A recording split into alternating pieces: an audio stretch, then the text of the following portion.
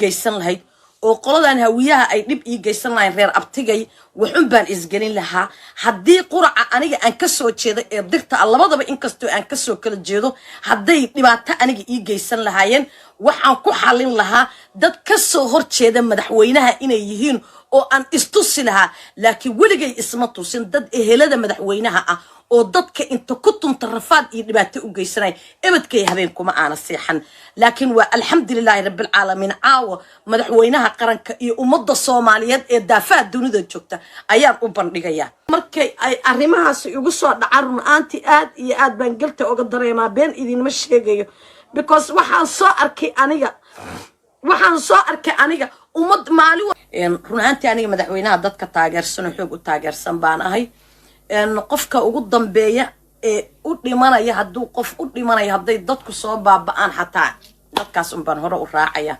haddii ay dadka kala tagaanna waxaa noqonayaa qofka ugu dambeeya ee madaxweynaha meesha uu ku aqarsanaya la waxaynayo qofka bilow aadanka go'aanka uu leeyahay ama bareeraha uu leeyahay waa wax asaga maskaxdiisa ka soo go'ay Soomaaliyeey waxa ayaan darra amarka oo aan la calool xumoodo waqtigan diyaaradda aan soo fuulay airportka life waan ka gali karay waxaan life uga gali waay wallahi inaan been sheegayn iyo billaah qaracanka aan qaracmay meel aan u socday iyo meel aan ka socday waan garan waay xoolaha iyagii oo dhan waa naga reebteen alaabtayadii aan xirxiranayna waa naga reebteen gurigii waxaan ku joognaa handadaad baan ku joognay okay madaxweynaha qaranka soo ma moodid intaan ummad kale aan la fiirin dadkii eheladiisa ahayd inuu dadku ku dirayaan mid kale oo labaad waxaan caawa madaxweynaha qaranka aan ka codsanaya hadday inaba iyo cadaalad ay jirto anoo qarannimada asaga maanta ku taageersan oo ku raacsan waxaan maanta codsanaya labada nin ee dambiga iga galay iyo ninka haddii uusan ninkaas arki lahayn waa idili lahaa wax badanna waa la isku dayay shirqoolkan in la igu shirqoolo laakiin ilaahay xaqiisaan ka noola saanta meeshaan dhigayaan control jiray waxaan iska dhigi jiray waqtigii dambe in aan aruuro oo naftayda aan u aruuro cabsi aan baqayo cid kale kama aan baqayninin nimankaas madaxweynaha eheladiisa bis un baan ka baqayay iyo ciidanka iyo dadka ayaga ay wataan because markii la idilo inkastoo aan social media ka shagoon ila haddii caawa aan dhinto ninkaasaa idilay oo markasta inaan banaanka u saara la ogaa haddana waxaa la ilaalinayay si aniga inta la igu xakameeyo ama la igu cagajuglayo ama xabsi la igu diro ama la yiraahdo inta la idilo wax walba la igu sameeyo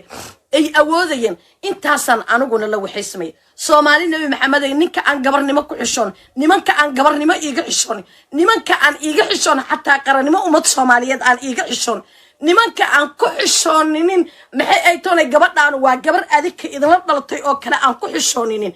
wallahi dariiqa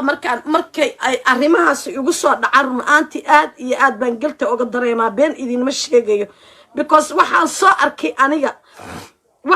arkay aniga ummad maalin walba markay kugu hanjabayso waa ku dilaya iyo waa ku xiraya bis un baan soo arkay qofka bilow aadanka hadaa wax isku qabsataan xataa wax isugu timaadaan waa wax macquul ah qofaadan waxba kula iimaan qofaadan waxba aadan ugu iimaan qofaadan waxba aadan adigu ka haysanin markuu ku yiraahdo waa ku xiraya markuu ku yiraahdo waan ku dilaya markuu cagajuglaynku ugu daro haddana qof kale uusan ayna eheladii madaxweynaha uu yahay madaxweynaha qaranka mid baan ka codsanaya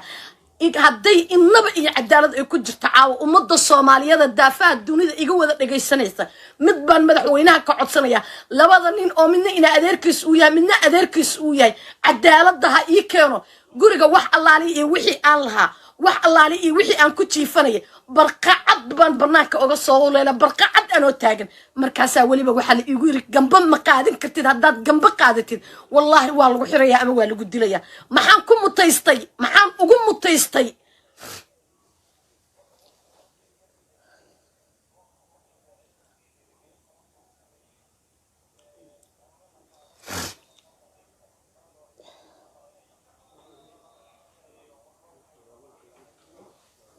ما يفهمتين والله waxaan noqonayaa somehow markaan arko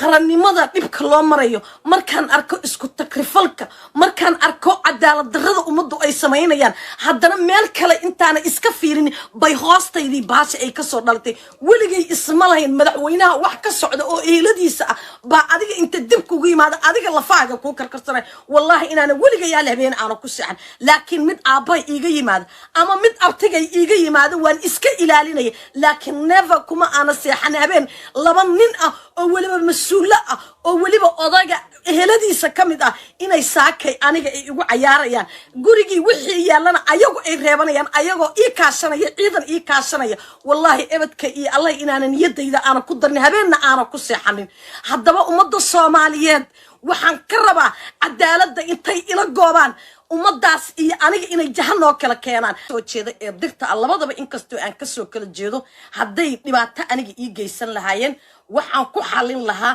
dad ka soo horjeeda madaxweynaha inay yihiin oo aan istusi lahaa laakiin weligay isma tusin dad ehelada madaxweynaha ah oo dadka inta ku tunta rafaad iyo dhibaato u geysanay ebadkay habeen kuma aana seexan laakiin waa alxamdulilaahi rabbil caalamiin caawa madaxweynaha qaranka iyo ummadda Soomaaliyeed ee daafaha dunida joogta ayaan u bandhigayaa maalin dhaweey qaarkoodna ay qaracmeen oo run ahaantii aad iyo aad ay uga wada waxaysnay Soomaali badan oo aad iyo aad u naxdana ay ka wada badnayd ay daafaha dunida ka buuxeen waxaan isri dadkan maadaama madaxweynuhu dad uu soo diray waxaan dadkana u sheeg waa in maxay ahayd toonay madaxweyneyna uga mahad celi run ahaantii aniga madaxweynaha dadka taageersan oo xoog u taageersan baan ahay qofka ugu dambeeya ee u dhimanaya hadduu qof u dhimanayo hadday dadku soo baaba'aan xataa dadkaas un baan hore u raacaya haddii ay dadka kala tagaanna waxaa noqonayaa qofka ugu dambeeya ee madaxweynaha meesha uu ku aakhirsanaya la waxaynayo qofka bilow aadanka go'aanka uu leeyahay ama bareeraha uu leeyahay waa wax asaga maskaxdiisa ka soo go'da laakiin qaladka la samaynayo dadka mujtamaca Soomaaliyeed ee walaalaha Soomaaliyeed ah qof walba inaan